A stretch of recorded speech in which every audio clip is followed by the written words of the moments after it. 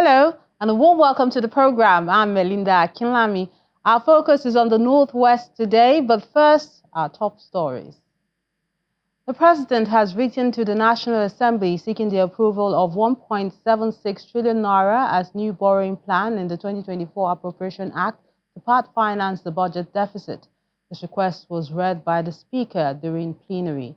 He also forwarded the MTEF SSP 2025-2027 to Parliament and the NSIP Establishment Amendment Bill to make the social register the primary tool for implementation of federal government's social welfare programs.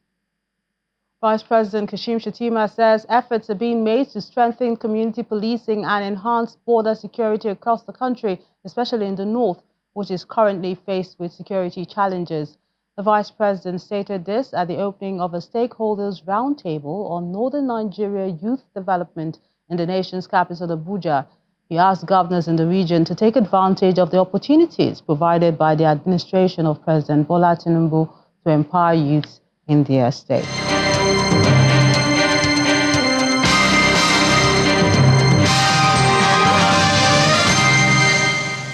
About 25 people have died and several others are in hospital following the outbreak of gastroenteritis in 3 council areas of Sokoto State.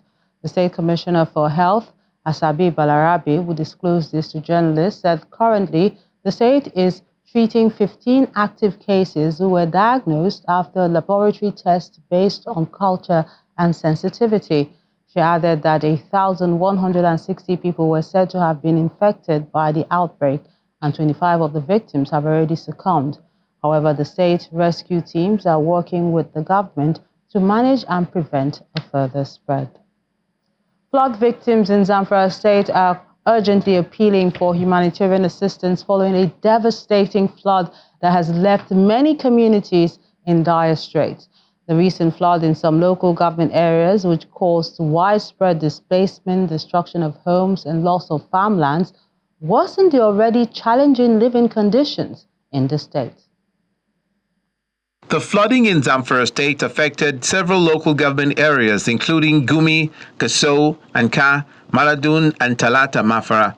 Residents of Murai, Sabungeri, Sakua, and Akila under Talata Mafara, Zamfara state are grappling with the aftermath of severe flooding that has devastated their communities, leaving thousands homeless. The flood, which followed days of heavy rainfall, has left victims counting their losses and appealing to the federal and state governments and anyone else willing to help for urgent humanitarian assistance. It was the floods that washed it away. It was here they gave me a room to stay before I rebuilt my own. If God allows them to rebuild the houses for us, we will be grateful to Him and those people who help us. In response, Save the Children Initiative, in collaboration with Save Mother and Children Initiative, are donating relief items and hygiene kits to victims of flood disaster in Talata Mafara local government area. Presenting the items to the beneficiaries at the Emir's Palace, the program manager, Save Mother and Children Initiative, Ibrahim Mohammed, says the gesture is geared towards preventing cholera and other disease outbreaks because of the stagnant floodwaters. We are here today just as a continuation of the activity after the sensitization to the people, and we have rehabilitated some of their water source facilities. So we are here today to distribute IJ kits to the beneficiary of affected flooding in Talata Mafara. Whenever the issue of flooding happened, the flooding used to lead to some diseases like cholera and the rest. So, and if we did not take action today, so it may affect the whole nation. The Emir laments the effect of the disaster on thousands of people, especially women and children, and commends the organization for selecting the communities under his emirate for the humanitarian assistance. I wish to make a very good use of this opportunity to urge both the state and the federal government to put more effort in assisting the victims of the flood within the emirate, in particular and across the state at large. Community leaders believe relief materials are a temporary measure to alleviate their suffering and appeal to the government to implement long-term solutions to prevent a recurrence of such disasters. The Nigeria Education Loan Fund has held a meeting with representatives of student union bodies in Kaduna State to enlighten them about the importance of assessing the fund for their education, especially indigent students. At the meeting, the governor was represented by Special Advisor on Student Matters, Hassan Rilwan, lamented the low participation of Kaduna State in the initiative. He urged the students in all tertiary institutions in the state to take advantage of the NEL Fund for their educational advancement. Since its establishment in April 2024, the Nigerian Loan Education Fund, known as NEL Fund, has been actively engaging with students across the country to educate them about the scholarship loan program initiated by the federal government. So for the state of origin, local government of origin is already there. This technical session is for students of all tertiary institutions in Kaduna State, and the aim is to provide them with a clear understanding of the student loan and the process of applying for it. We're just trying to help the students confirm that the information the school has given us is correct. The first one is the admission letter. So maybe the JAMB admission letter or the admission letter that the students received from the school or school. That is compulsory. Then we have the next one, which is the student ID card.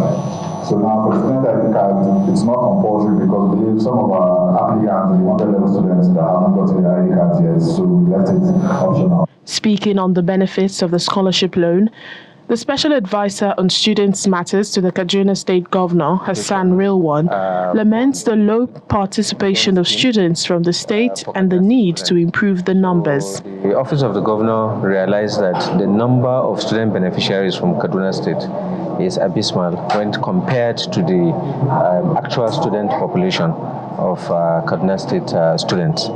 So, and that is why he directed the Office of the Special Advisor to liaise with the NEL Fund so that we can understand the system and how we can ensure that a lot of our students access the fund. NEL Fund Director of Loan Management speaks on the eligibility criteria and repayment plans. The stipend is 20,000 per month, and the tuition charge is there's no seal to it. We pay the universities any amount the students apply for. And the students are not expected to pay the loan until after their graduation. That's 2 years after their NYC. So they have a moratorium of 2 years after the NYC. So basically they have a moratorium of 3 years. And even at that, they are not obligated to pay until they get a job. So we will not be coming after you, even after the 2 years, until we assure that you have a job and you're able to pay.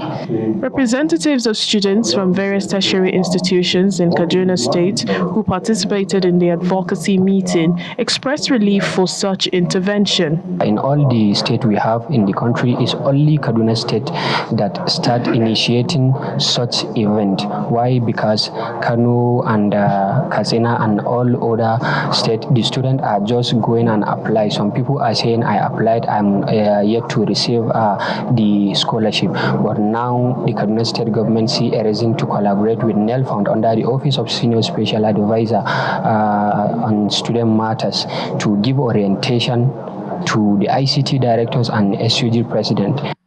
NEL Fund is optimistic that this meeting will encourage more students in Kaduna State to apply for the loan, which the government believes will address the educational gap in northern Nigeria. In Katsina State, Governor Diko Rada has announced a huge empowerment program for women across the 34 local government areas. The program, tagged Nigerian for Women, is aimed at empowering and supporting them to upscale their businesses. The governor disclosed this at the Local Government Service Commission when he flagged off the distribution of grants to 7,000 women. Gathered here are 1,000 women drawn from the 15 federal constituencies of Katsina State. They're here to receive 30,000 Naira grant, an intervention by the National Assembly Members Spouses Forum, led by the National Coordinator of the Forum, Ajia Yasmin Muazu.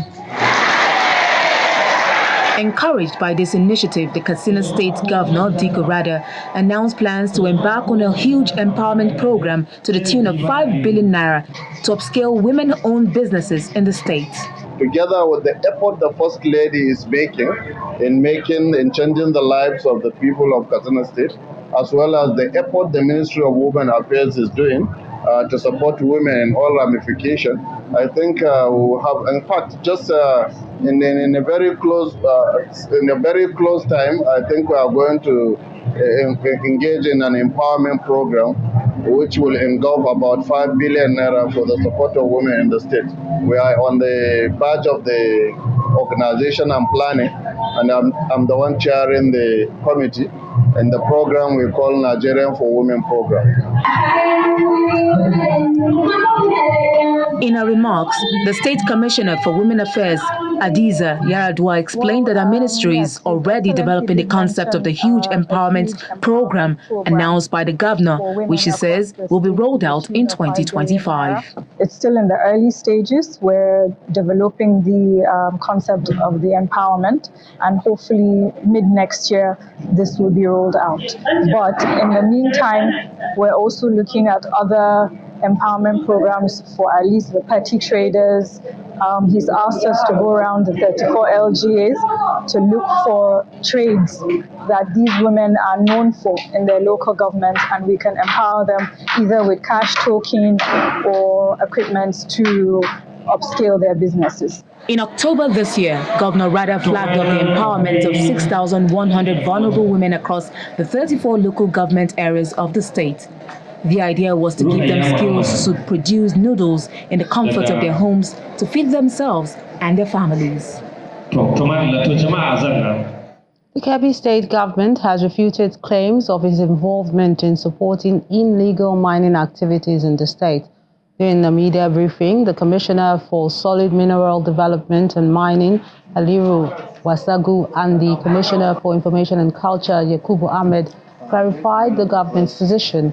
They emphasized that under the current administration, strict measures have been implemented to clean up the mining sector to ensure that only licensed mining companies comply with the established rules and regulations. In the specific case of Lebata in Gaski local government, 3 Crown Company was issued a license by the Mining Cadastral Office Abuja for total land mass of 5.4 square kilometers. That is equivalent to 27 cadastral units. Subsequently, a portion of this land square kilometers, 2 square kilometers or 10 cadastral units, was allocated at El Tahadam to El Tahadam Exploration Limited. That is within the 27 CU that have already given to the 3 Crown, which they have submitted their license since 2023.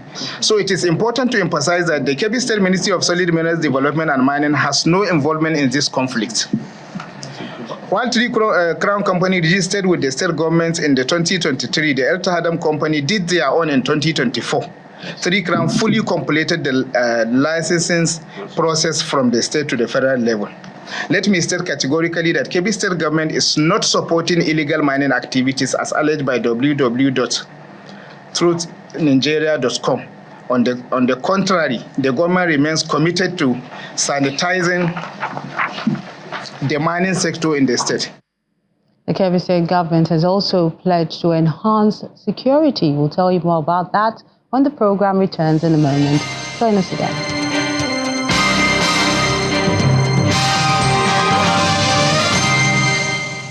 Welcome back.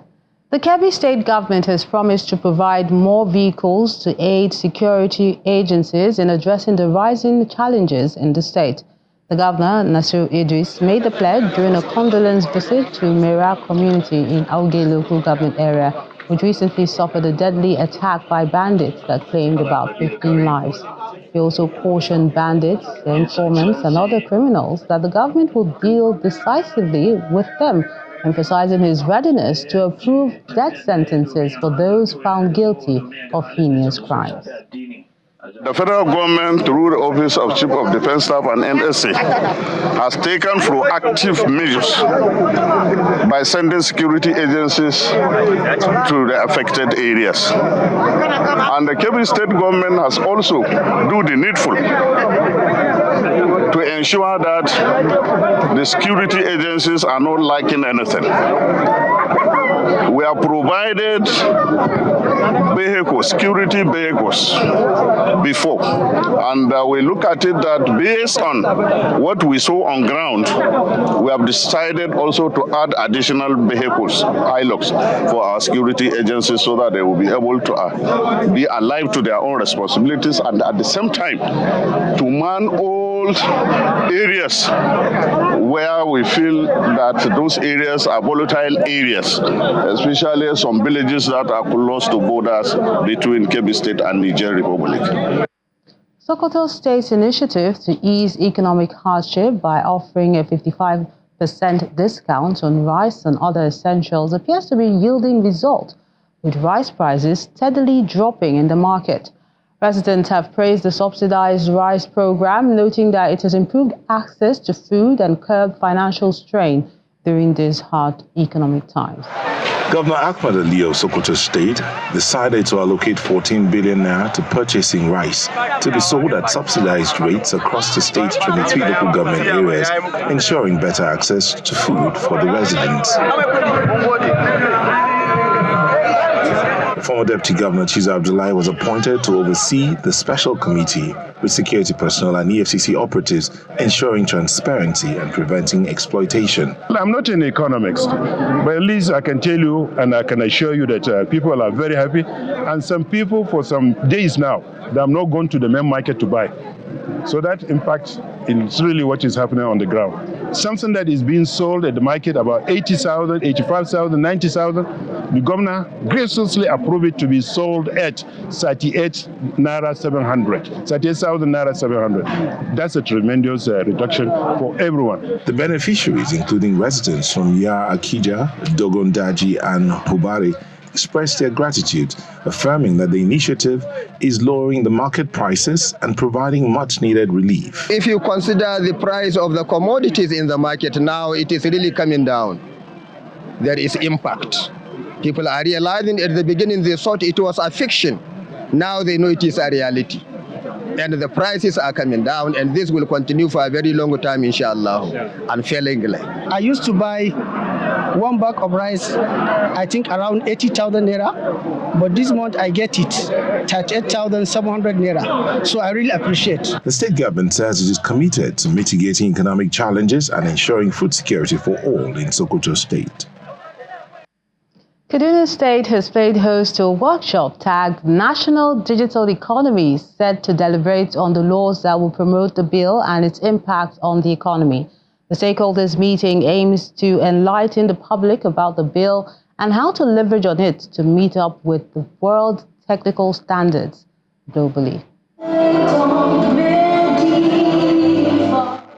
The Ministry of Communication, Digital and Innovation Economy has held a one-day public hearing in Kano State to deliberate on the impact of the digital economy and e-governance bill in doing business.